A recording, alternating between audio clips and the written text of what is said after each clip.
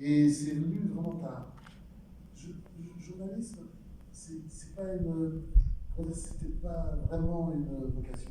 C'était pas la vision balsacienne d'avoir tous les pouvoirs.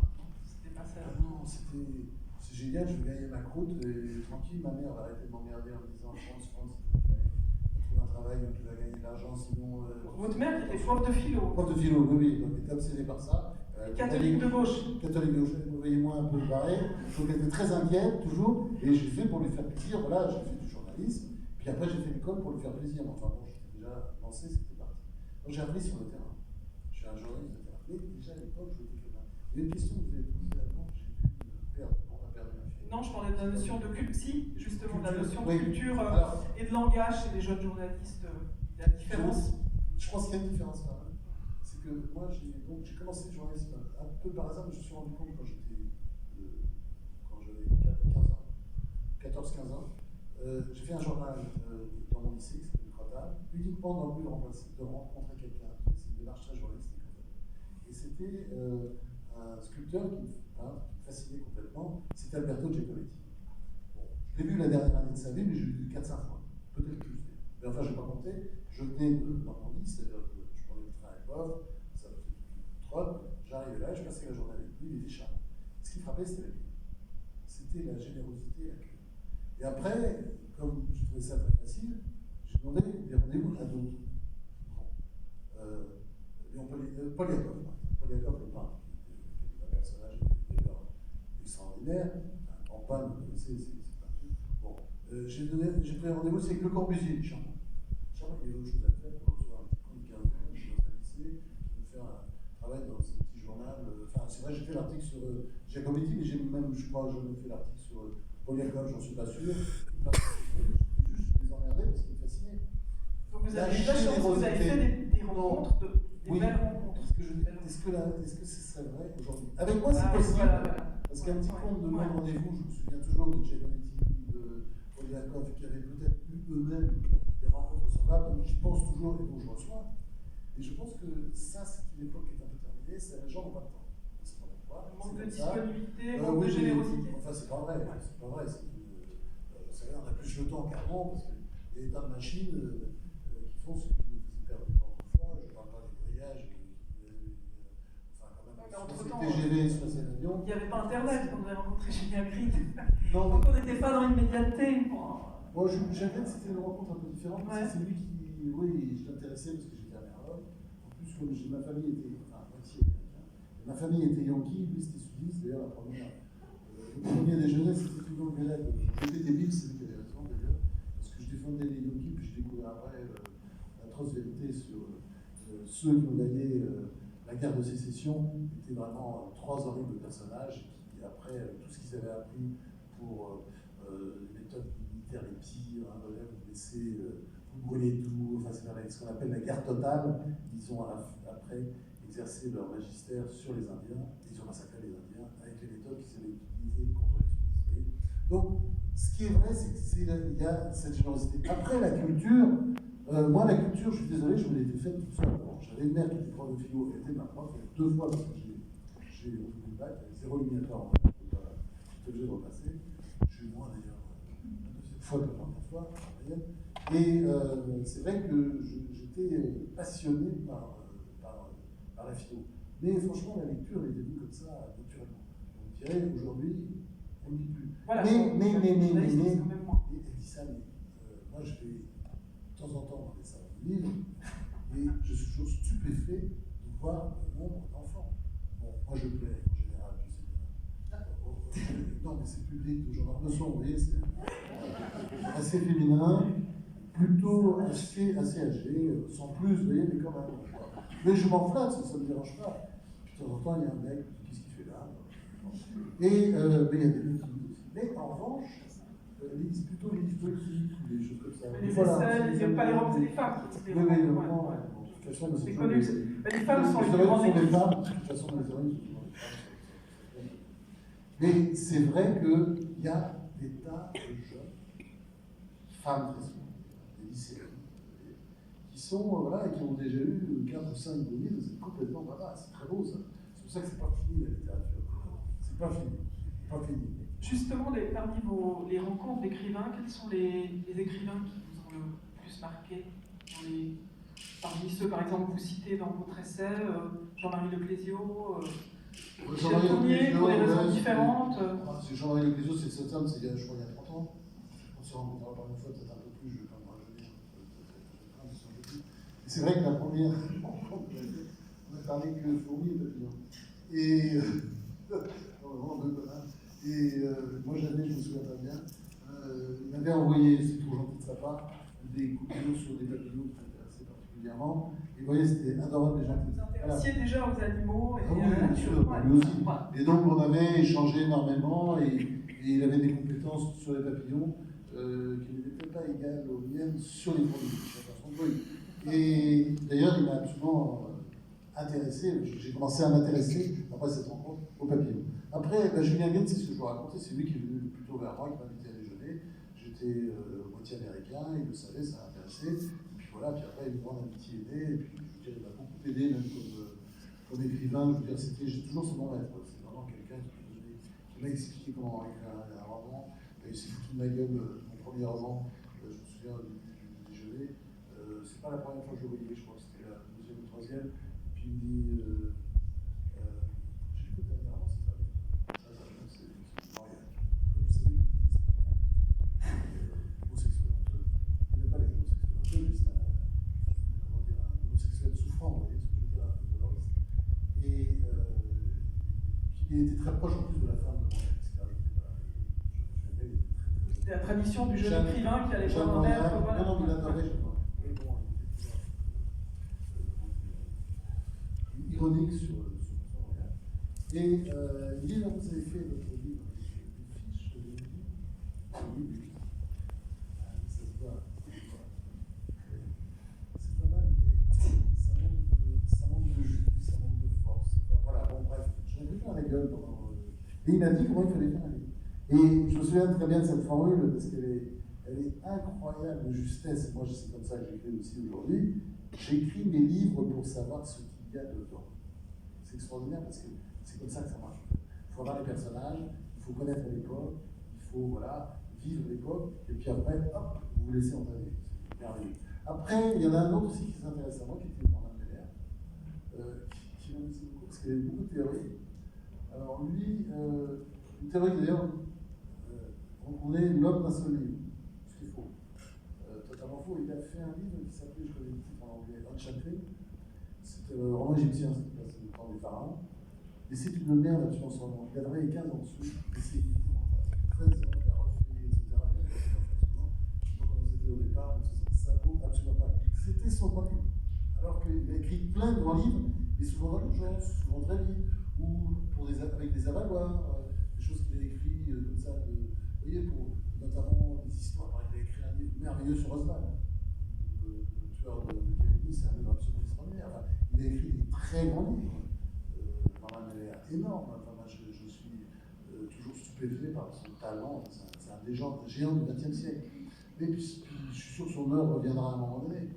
Mais lui, il disait, par exemple, en France, tout est pêche, parce que j'ai connu quand j'avais 30 ans. Et après, j'ai connu jusqu'à 5 ans. Et il faut que tu écrives là maintenant. C'est très vite parce que les écrivains, c'est fini à partir de 35 ans. Il n'y a plus de jus, il n'y a plus rien. Moi, j'ai plus de neurones, parce que j'ai parlé comme ça depuis il y a 50 ans. J'ai plus de neurones, tout se barre, je ne trouve plus rien, etc. Non, il faut écrire. Bon, à partir de 35 ans, c'est fini, ta carrière est terminée, ton œuvre, il ne parlait pas trop comme ça. Il n'écrivait pas pour la constellation. Jean d'Ormesson avait commencé très tard, hein, je crois à 40 ans, hein, son premier. Oui, bien sûr, mais de toute façon, il n'y a pas d'âge, c'est absurde. Enfin, il avait eu quelques déceptions, après il avait écrit au revoir et merci, et puis je crois qu'il était prêt de laisser tomber. C'est très compliqué, vous savez, mais moi je m'en fous, parce que de toute façon, je ne serais pas trop comme Jean Do, qui était mon ami par ailleurs, et c'est vrai que même si je n'ai pas de lecteur, il suffit que j'en ai 100, je m'en fous, c'est toujours pareil.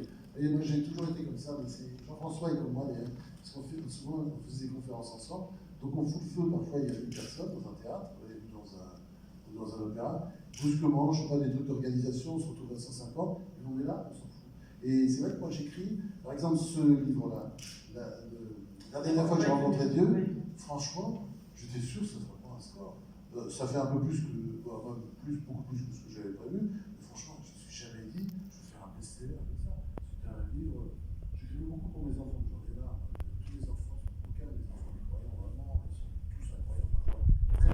était violemment athée, bon, j'en avais marre.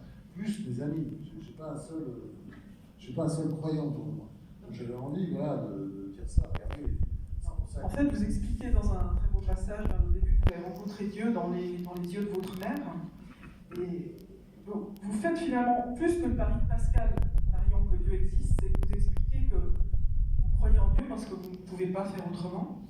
Non, j'étais catholique, parce que ma mère était catholique. Voilà. Et le panthéisme est venu après. Ah oui, bien sûr. Et j'ai découvert ça, disons, dans les parents conseils.